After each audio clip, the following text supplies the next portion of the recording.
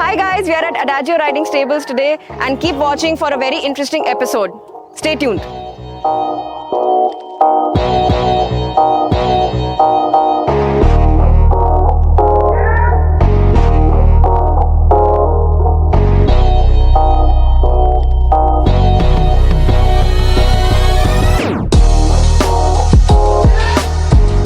Welcome to another episode of DearUnconventionals, where we bring to you journeys of remarkable individuals breaking the mold in their respective fields. Today I'm excited because we have with us Rudrika Singh, a talented horse rider and the owner of Adagio riding stables. She is a two-time national silver medalist, an international level competitor, the youngest Olympic level 1 coach in India in the field of equestrian and equine therapist for special needs children and adults, and now a national level judge. Hi Rudrika. Hi. Okay, so we start from the beginning. So tell us, how and when did your journey as a horse rider start? So that actually is a very long story. It starts when I was 5. So my father's a retired army officer. He's an active rider still, and he's my super coach. So since I was a kid, I have watched my father, as a 5-year-old, imagine watching your father sit on this giant horse, jump over fences and, literally fly at some point. And that's when I knew, this is something that I have to do. This is something that I have to try at least at some point. I remember I would, my father would go jumping over the fences, and just to prove to him that, this is something that I can do, I would go under the fences because I would never reach anywhere. But yes, I think by the time I was 6, I was already competing. But once you get the bug, it's game over. So that's when I knew this is something that I want to do, and this is something I want to stick with. It's a journey. It's a big journey. And, since, as I told you, I started competing at the age of 6. I think I've been riding and competing ever since. And I have always been a competitive rider. So I was competing throughout my college life. So Monday to Friday or Saturday I'd attend college. Dad was posted at around a 5-6 hour train journey away. And then over the weekend, I'd go ride, work, learn more with him, and then come back Sunday night to attend college again on Monday. So we were always moving, always competing. College has been very supportive. Nice. But yeah, I was like, we have to choose kar liya tha, to yahi hai. It's a So were your never-ending parents journey. supportive of the career you were going to choose? Oh, definitely. So at some point, okay, so after I graduated college, I was actually standing with a letter of appointment for one of the banks. I think it was Yes Bank. And I was about to enter the building for my day 1. And I get a call from my father. He's like, "Beta, kya karna hai?" I'm like, "What do you mean, kya karna hai? Building ke andar jana hai?" Like, I'm going inside the building. What are you saying? He's like, "घोड़े चलाने हैं, bank में काम करना है." मैंने कहा, "No, I'd like to work, but but yeah, this is what it is." He's like, "See, do you want to work with horses? Have you ever thought of that as this thing?" So I said, "Yeah, why not? That's something I would love to do." So he said, "Okay, you have 2 choices. You can enter the building and you can continue riding as and when you get the opportunity, because of course, you've met people in the corporate world. Saans lene ka time nahi hota. Yeah, right. And he's like, whenever you find the time, you can get back to horses. Yeah. Or you just get into horses altogether." So I just quietly turned around, went back to my hostel. I said, "Father, I'm done." So it was instinctive. Instant, then and there. So guys, as we speak, we are shooting at Adagio riding stables itself, which brings me to my next question. Tell us about the start of this beautiful place, Adagio riding stables. How did the business start? At some point, I realized, the passion and the madness that I developed at some point of time is something that I'd like the other kids and other adults to share. This place is my child. So how people have their first jobs. This is it for me. I knew, so as I told you that, I knew that this is what I want to do. This is where I want to be. I realized I do want to share my madness with other people. I want to share my craziness with other people, the passion, and make people realize how maddening it can be just to fall in love with a 600 kg animal and just expect them to listen to you at some point. That is when Adagio happened. So basically, as I told you, I turned around from my bank's job and just decided to go Yeah. back to the hostel. I knew this is what's going to happen in life. So then we started looking for land. We started looking for horses. So we only adopt horses. We don't buy horses. Okay. So the only buying and the purchasing that we've done is when I get the horses off the roadside. Okay. I don't know if you're familiar with work horses per se. The cart pullers. Okay. So those are the ones I buy them off the road because I want to give them a good life. So while we were looking for the land and everything, I would just sit back and think about how I've, throughout my riding career, I've noticed smaller kids get very nervous on giant horses. So that is when I realized, why not start with something different in the country? So we are actually the first club who introduced ponies and introduced the aspect of, getting your equine best friend as per your height. So that is it was crazy at first because, of course, since we wanted to compete with these little ponies against giant horses, we had to, of course, we have to get registered with the federation, and the federation was like, what are you saying? But again, the federation has been very, very supportive also. So yeah, I mean, I think that was it. That's just That's how how it started. Yeah. So And since you that's how it wanted to stayed. be a horse rider from the beginning, what was the need to start your own place? Like, why not continue your career as an individual? Isn't that a possibility as well? Oh no, it is. In India now, you are getting an opportunity of taking, equestrian as a full-time career, but you have to also understand there are two aspects to it. You have to understand at some point ki, you have to maintain a 600 kg animal, right? If I have a job, if I'm secure and I have my finances sorted out, my horse is going to have a beautiful life. And, and I don't think anybody stops at one horse at some point. So then you want more, then you want more. So but for me, the second fact is I wanted to share my passion.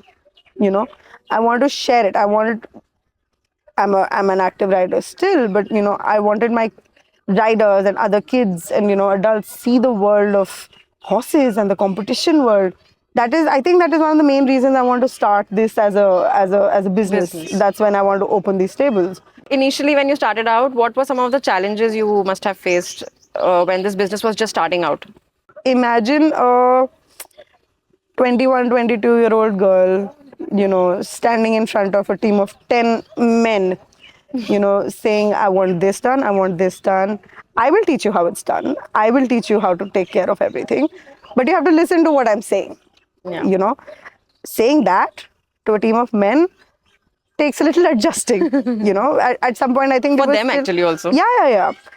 Even till date, when I have a few male students here, adults, if a newcomer walks in, if we have walk-ins, they always look for a male figure. Oh. They'll say, could you meet the owner? And I'm like, hello. He's like, no, can we meet the trainer here? I'm like, hello. That's also me. I like, it's me. So I think now it's still better, but in the beginning, adjusting to the fact that a young girl is dealing with this and getting the whole thing done and has taken charge, that took some getting used to. That was one of the biggest challenges that you must have. Yes. It took some getting used to because it did take me time to switch from, Colonel Saab ki beti, to now my father being recognized as Rudrika ke papa. It's already reached that stage We now. have finally, I think, at some levels. Well yes. done.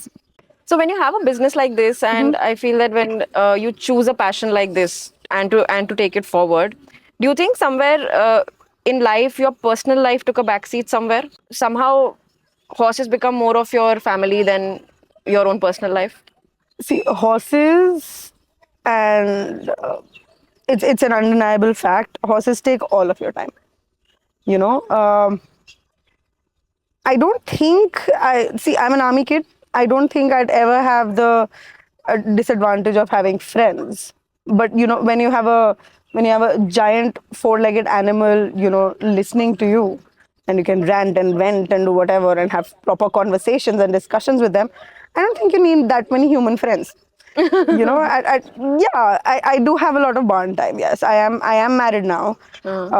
I'm grateful that my husband understands that he's married a whack job because I am always here. Kudos to him, right? Oh yeah. Oh yes. Yes. Yes. Because your job is absolutely what we are also seeing here, very demanding. It is Most of your very time goes. demanding. I mean, we have moments. If you're leaving for competitions, for example, I'm here at 3 a.m. क्या कर रहे? Loading a horse onto a truck. Because you have to reach somewhere by 5. And then you follow the truck and then you unload the horses and stable and everything. और सब कुछ personally monitor करना पड़ता होगा. I do it personally. I'm too paranoid. These horses are my kids. I'm very happy with my horses. Great. Horses have and always will be my top priority. Yeah. That is even before I, got married. It was made very, very clear that between you and my horse, if my horse needs me, I will drop you. I'm going to my horse. There's no discussion there. This is my life's work. I can't. Yeah. So going a little before also, I would like to ask you that, what are some of the things that people need to take care when they are just starting out as riders here? Because many people, when they fall even once, they don't, gain the courage to go back on that horse. So how do you? So here at Adagio, we actually celebrate falling. It's a very good point that you've said that, once the moment you fall off a horse, it is then at that moment about how the coach handles that situation. Do you understand? I can run to the child saying, "Oh my God, I hope you're okay. Are you in trauma? This, that." Or I can just, make it a fun thing that, oh, you fell down, now you owe us a cake. So we get very excited when somebody falls down here. And the child is more upset about baking the cake rather than falling off the horse. Because they're like, ma'am. So I've reached, sometimes I've run to a child and said, "Are you okay?" And they're like, "What cake do you want?" Why not celebrate your failures? If I don't fall, how will I learn? It is that simple. I have fallen in every way you can imagine, right? Yet I get back on because I know it's not the horse's fault. Sometimes, yes, there's always a reason why you have fallen and you learn from these mistakes. This is what is important. So when I get new clients, new riders, kids and adults of any age, I tell them that, dekho, there will be a point where you will fall. I'm telling you today, I will never ever promise you that, oh my God, I will make sure you never fall in your life. I tell them I am waiting for the day that you fall. Because once you have fallen, that fear is out of your system. Because then I know how to handle the situation. Yeah. So then that fear is out of your system and then they're like, oh, that's not a big a deal. And kids hate me for it. How much time has it been for you into this business now? Adagio, we will turn 15 in December. So 15 years. Yeah. You can say that it's been 15 years 14 now. and a half. A very 14 and a half. beautiful 14 and a half years, yeah. So what's your journey been like from being a horse rider and now to being a national level coach? I'll correct you there. I'm an international level coach. Oh. Yeah, I am an Olympic level coach. So I have done my first level. I was when I did clear the exam, I was the youngest one in the country. So that again, thanks to my father, at least, he told me that all of these things existed because in India that does not exist as much. So I did go abroad, do my international courses and come back because again, I want to give what the best of the best to my riders, If I can learn something which will help them, why not? Yeah, I mean, I still ride, but my bachas take all my horses for competitions. Now I'm finally making a new horse. Let's see if that's not taken away from me and stolen from me. But it's been a journey. The 14 and a half years of holding the business of where I would give myself and my competing also priority to me evolving and seeing that, okay, my horse is ready. If I want to compete, I can compete. But I would rather give this child a chance, So I do that. I prefer that. As a competitive rider, I don't think I've competed since 2017, 2018, like at a big level. But do you want to at some point again? Oh yes, I will compete again. I am making new horses now. Okay. Yeah, I am making new horses, but takes time. Do horse riders also have like a age bar or till when they can ride? जब तक आपकी हड्डियां जुड़ी नहीं है चलाओ. जब तक डॉक्टर ना मना कर दे फाइन. जब तक doctors have given up on equestrians, I think at some point. You know, your knee starts going, so they'll say, "Oh, just fix it, physiotherapy, back on the horse, back in the saddle." You know, it's it's crazy. I mean, maybe at some point you'd stop competing, but you never stop riding. You know, once a rider, always a rider. Your horse will call you back. Your dad still rides? Dad's still a rider. No, my father's not old. Are you trying to call my father No, old? no, I'm not saying he's old. I'm saying that he's still, at least he's elder to you. He's definitely elder to you. No, So he's he not does ride. old, but yeah, he's still a rider. To answer your question, I think I will compete again, and I think I'll compete soon. Yeah. Nice. My students are very excited about it. Oh, now even we are looking forward. Yeah. So it's been 14 and a half years, as you've said. How did, now you've said your kids are competing internationally in this time frame. How did Adagio go international? I think Adagio went international on day one. You know, coming back to the story where I was standing outside the bank to turn around. Yeah. Right after that, I got my visa done, and I was in France for a month and a half, learning how to work with horses, learning how to work with small ponies, how to work with children. You know, the switch from a rider to a coach. It's a thing. You know, not every rider can be a coach, as much as people would like to believe, but it takes time for you to actually gain that level of patience, because I, as a rider, I know my stuff, I know what I want, but if I don't see you understanding what I am feeling and thinking, it might get a little frustrating. So you know, you have to like rewire and learn how to communicate better. And yeah, and then I think we go for summer camps and winter camps to France now. We've actually just come back from a camp from Normandy. We took a 2-week camp. We do one in December, which is a winter camp where we freeze, where you're like wearing 3 layers of jackets. And the summer ones are very nice, where we're still feeling cold, but that's okay. That is something that we can adjust to. At least it's not 3 levels of jackets. So this time the kids went to appear for an exam. According to the International Federation, there are levels that you have to cross. I took a team of 8 students to appear for the exam. All 8 have cleared that exam. And out of them, 2 of them have actually gone 1 level higher. So which was very, very exciting. So we are also competing internationally. We compete at the World Club Championships. When I competed last, I don't know how, but I think through all our hard work and dedication and the literal blood, sweat and tears, we actually stood a chance to compete in France against other countries, and we actually made it to rank 7 out of 20 countries. Very exciting. 1 week we practice on horses that have been chosen by our coach there. And we learn what we learn in that 1 week, and then we perform on those horses. We don't take our own horses there. Okay. So yeah, now we also have one of my own students. She is now studying to be a rider and a coach in France. Like, she has decided that I want to follow ma'am's footsteps, but I would take it the college route. So right now she's doing her 1-year diploma course. She's going to appear for her exams, and then she's going to do her 3-year course, where she'll also end up becoming the same level judge that I am, the same level coach that I am.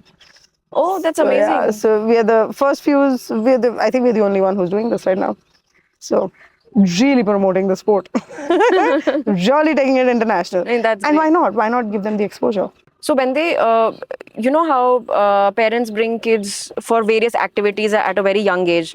Some kids like it, some don't, but they still want to try it and all. Have you also had students who have come into Adagio and who've developed a passion like later on? Yes. So I've not liked it initially. No, I agree, because see, I've had kids who. So we start officially. We've always started with the age 5 for children, but I also have 3.5, 4-year-olds who ride, because I have tiny ponies as well. We've had those moments when the child says, "No, I am not going close to a horse today."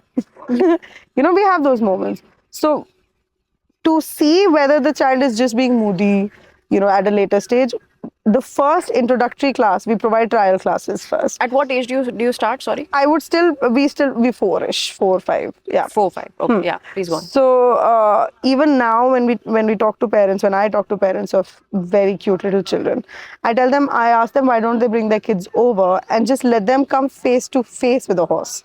You know, I want to ride a horse, and coming face to face with a giant nostril, like breathing here, can be two very different experiences. So, you know, for little kids, I always say, I like, bring them when they feel ready. Let's not, you know, dedicate a day and time, because one day they don't feel like it. One day they might be very exhausted, you know. So we start with the basics. We start absolutely from the ground up, and at some point we realize, you know, ठीक है, मन नहीं कर रहा. So then I suggest to the parents that why don't you like to take a break? Why don't you, you know, give it at least 2 week or 1 month break and see what your child says. And within a 1 week gap, because by then we've become a part of their routine. So the kids are like, oh, where are the horses? You know? So that's when you know that this child is going to stick around. And then, of course, we have our fights. Of course, I'm yelled at by 5-year-olds. And then I think it takes time for it to click. You might not be as passionate as I am, but that's my job, to get you that passionate. You know, To get you there. Yes, I want to start your journey and get you passionate enough to want to be here at 5:30 in the morning and say, bro, let's do this. Parents might not be happy, the children are ready. So I So we're think seeing like a lot of horses moving around here also. this is their free time. It's their free time, Yeah. as we can see. Plus, the weather is very good. So, Finally, yeah. So they can move around freely. So, as we are seeing that you take very good care of the horses that you have. So, what are those few things that you definitely pay emphasis on when it comes to taking care of horses? Because it's very, very crucial, right? My paranoia for them. I am very, very concerned about their health, their happiness and their mood. That is very important. Of course, we do have a visiting vet. We of course, you know, the medical work is on point. But how your horse is when he's free, you know, and horses are herd animals. You know, the fact that they have to become friends with absolutely new horses, ones that put in the group, and how the acceptance happens and everything. Next is, I think one of the most important thing is gut care and hoof care for horses. Okay. You know, घोड़े का पैर ही नहीं तो चलाओगे क्या? You know, and I cannot see my horse uncomfortable. So at some point, if my horses have a scratch, I know there's been a fight between two horses. They are fighters, but I'm very, very concerned about their gut care, their hoof care, what is going into their system. You know, the horse treats that are brought to the horses. I am very, very particular about it. My horses eat everything under the sun, but I would still like to know what that is. And there are a few things I approve of and I do not approve of. So as of now, my horses eat apples, bananas, banana peels, watermelon. I've told you black coffee. Some of them like tea. One of them likes iced tea.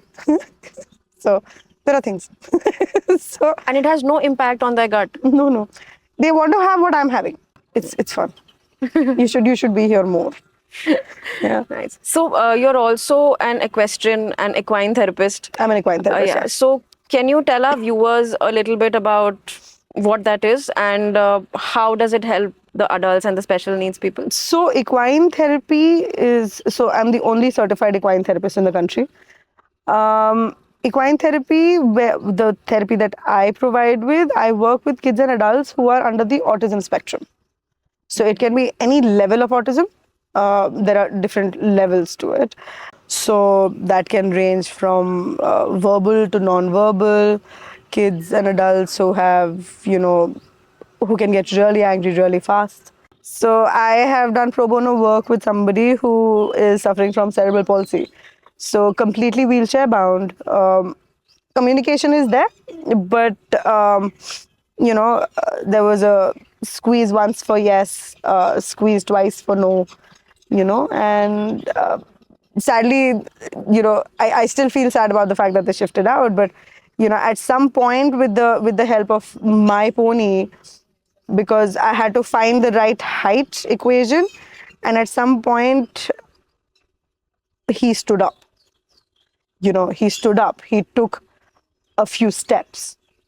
You know, we've had me sit on the horseback with him sitting in front of me, and somebody who's never used his legs, for example, you slowly start to feel that the person is actually trying to wrap his foot around my ankle for that security, or for the fact that he wants to feel what I'm doing with the horse, so he can also try to copy and communicate with the horse. So we have worked on small things like that, but it's an emotional journey. I've had kids who have speech issues, for example. We've reached our 1, 2, 3s. We've reached till 5, because I think at some point I irritate them so much. I say 1, 2, and they just say 5. They're like, stop counting. But yeah, and from making them turn into non-verbal to at least have a few words, just a simple ha and na come out of their mouth, is a big achievement. And it's only because of horses, because horses actually give you that calm. A horse knows when he's working with a special needs person. Really? So, yes, horses feel the emotion. So horses can feel your emotion from a distance. So if I'm walking towards my horse already knows what I'm feeling. Yeah, and that's how the horse will react, how the horse will behave accordingly. So we've had days where I've had a student who's had a history of having fits, but when they're around the horses, no such incidents. Touch wood, but no such incidents, no such episodes per se. Yeah. And if it's that great, why do you think there's a dearth of equine therapists? Like you said, you're the first. So do people I think are people not aware, or what is it, do you think?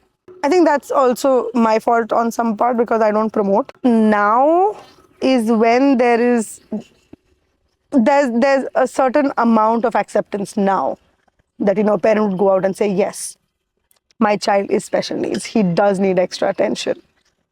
There are parents who have accepted it. There are special needs school with a huge number of kids, by the way, but still not everyone. That's still a handful of people. So me as a therapist, I cannot tell you if there's something wrong, right? You as a parent have to tell me there's something wrong. But if they don't, I don't react. So at some point in conversation, when the parent confides in me, that's when I can tell them that, okay, this is what I've been noticing since the beginning. Let's try a different approach. Let's slowly switch to therapy and keep the level as the same. Because do you also learn with each child? Every single session, every single time. You also have to grow with them. Oh yeah. We've had issues where I've got injured, I've got hurt, because they feel very strongly, and then there's only a limited way for you to express how you're feeling.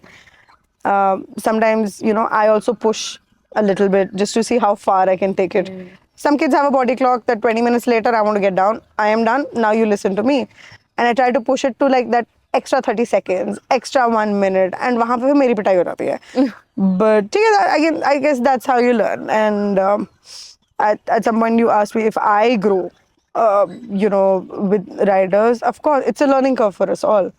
But the most important thing is when you walk in, that you say hi to me, and I know exactly what I have to do, because I can read your emotion. I see what's happening.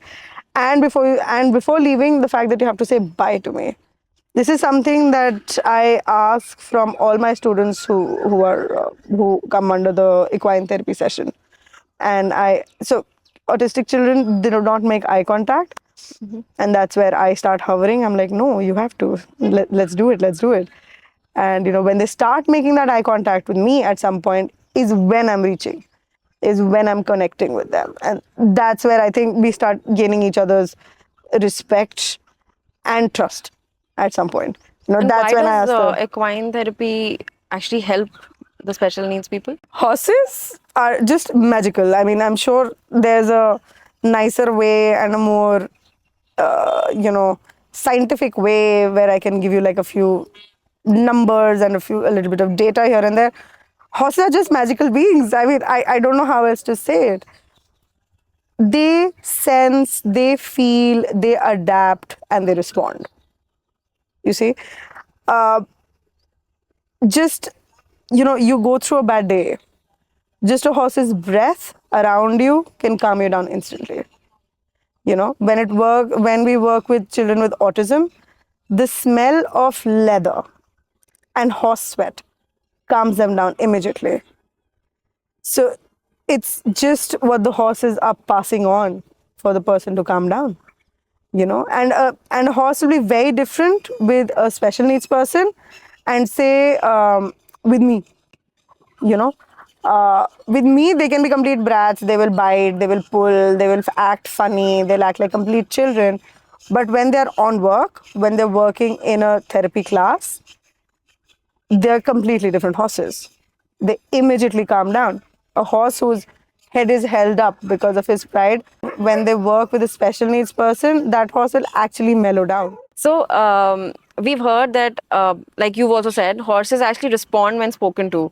Can you share an anecdote to support that? Horses communicate. So when I drive in through the gate, there are a few horses I have to say hi to in the beginning, otherwise I will get ego all day. Okay? After 5 minutes, if I turn around and say, oh, sorry, I forgot to say hi to you, that horse won't even look at me. Oh. They just turn around. I think that is somewhere my fault because I spoil them too much. But And how do you know their moods? by their ears. So by their ears, by their expressions. For a layman, every horse looks the same. For equestrian, every face is different. And expressions through their eyes, which where their ears are pointing. If they are facing forward, if they're stuck to their head, we know that, okay, this horse is in a mood today. This horse is in a playful mood today, to go or not to go, how to approach the horse. There's a whole list that we follow. But yes, I mean, when you spend more time with horses, you know it. You can, how with humans you can feel the vibe, feel the air. With horses too. Nice. Yeah, you just need to be able to feel it. That's it. So, okay. Can you share a memorable experience or a competition that you've been to that really stands out in your career? Oh, every competition is different, to be very honest. Because as a competitive rider, I can tell you, we can ride and practice as much as we want. But understand, this is the only sport where you're actually working with another living being. What happens on the final day, at the final time with that horse or your equine partner, completely depends on that day. We've had moments in the Olympics, for example, where you've qualified and it takes years for you to actually reach a level where you qualify for the Olympics. Your horse has reached and your horse has injured themselves. That's it. You're not competing in the Olympics. Your horse has hurt himself. I have more funny ones than the memorable ones. Can you give us one, please? So we were competing here in Delhi, and at some point, there used to be a live telecast on Doordarshan. So you had your camera men and everything with like giant cameras with even longer mics. For some reason, one cameraman decided घोड़ों के बीच में मैं orange color का mic cover लगाऊंगा, which is the color of a carrot. Whose horse was in the practice arena? Mine. So, I was riding the horse for the first time. So I was trying to figure the horse out. So, I come at a beautiful pace. We are going for a fence, which is at least like a meter high. And, since I'm trying the horse for the first time, I'm not sure whether he's going to do it well or not. Horse is really focused. I'm like, wow, this horse is focused. I did not know what was beyond the focus, right? So he comes, he takes the jump, and, we are very happy. And suddenly the horse stops. Why does he stop? Because the mic of the camera is in his mouth. Okay?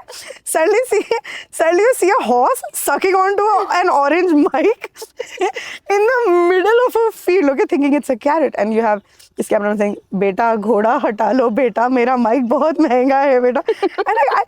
And at some point, even I'm nervous and I'm irritated because I'm supposed to go in next. I was like, why did you choose orange? He's like, acha, मैं change कर दो, घोड़ा हटा दो. So then it took like 3 people to move my horse away from that moving carrot. Oh my you know. God. And then he puts on a red cover. So my horse again comes beautifully, doesn't even higher jump. I'm like, Apna, I've heard job, please, just move, just move. What are you doing to my life right now? Because I was also very nervous because, as I said, I was competing on that horse for the first time. I did not know how he's going to respond. And oh God, this story always brings tears to my eyes because it's so funny with a man actually shaking, saying, "Mera camera bacha lo, beta." You know, we've had some instances. I mean, we can actually spend the entire day about, Talking about anecdotes and stories and stuff about how we've fallen and how your horse has decided to run away with you. At some point I actually fell off my horse and they were announcing my name to enter the main arena. That is when my horse decides to drop me. So like Spider-Man, I bang into a railing, I hang onto the railing, fall, and my horse is standing in front of the jury alone without you. without me. Okay, he's just standing waiting for the start bell. Then I walk into the arena with my head down. I pull my horse out. I'm like, come on. Then I'm out. They're like, beta, do you need another chance? So, Rudrika, thank you. But before we let you go, we'll enter into a fun segment with you. So, this is called Top 3. Okay, so we have 3 questions for you. Okay. And you have to tell us 3 points about it. Oh, that's stressful. In the question. Okay. So, you have to be rapid also. Okay. Oh, God. Okay. All right. So, the first one is 3 surprising facts that people don't know about horses or horse riding. Oh, okay. It's a myth that horses only sleep standing up. All my horses lie down and sleep. Horses can stand and sleep, but they prefer to lie down and sleep. So that is something that blows your mind. You can tell the difference. Sometimes, most of the time, actually, you can tell the difference between a male and a female horse by the number of teeth.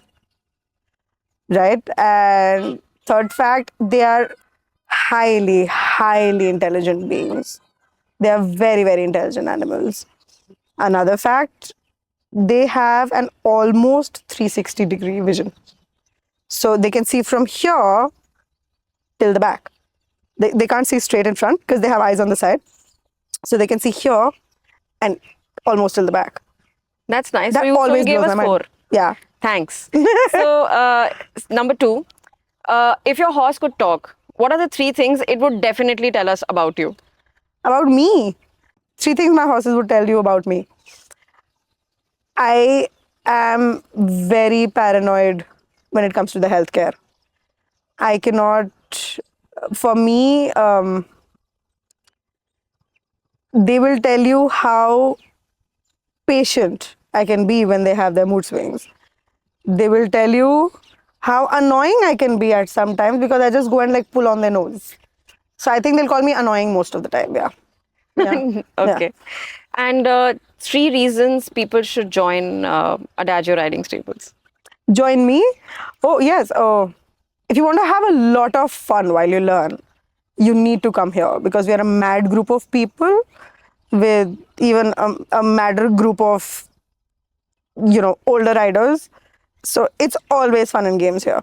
And in the process, you get to learn. I don't know, if you want to, Maybe I can help you. We get to please. learn from you, which mostly doesn't happen in most riding schools. Yeah, you get to learn from me directly. Yes, there are businesses where the coaches are busy, so there are sub coaches or like an instructor under the coach who will do the lesson. But here, I am here personally. Unless I'm traveling, I am here personally, and I will look into everything. If you want what you're feeling on that particular day taken into consideration, and then work around it, you come here because I have the patience to work around how you're feeling, how you're behaving, what you want to go through, what you want to work on. And I try my 5 million% to help you reach that goal. First, for the day, till what your goal is. Nice. So I like to break things down for them. Yeah. So finally, any advice for children or for people who are starting out their careers in horse riding, or anybody who wants to make a business out of it? I think the most important suggestion would be have patience. There will be more downs than ups. There'll be loss. You will lose horses. Horses are very delicate beings, no matter how giant they are. You in this field, you just have to learn how to keep picking yourself up. If you're ready for that, you're made for this. Yeah. Nice. Thank you, Rudrika. And finally, one last question for you before we wrap up. Can you please tell our viewers where they can know more about you and find out about Adagio Riding Stables? Maybe you'd like to tell. We do have a website. We are on Facebook. We do have an account on Instagram. I think I'm somewhere there on LinkedIn also. But mostly, yes, through Instagram, because I like to share, what my students go through, what we go through, all our life stories. So give us a call and yeah, we'll help you reach your equestrian dream. Thank you so much, Rudrika. This has been really insightful and very exciting. So thank you so much for doing this with us. And thank you guys for watching, and we'll see you next time on the next episode of Dear Unconventionals. Please keep watching.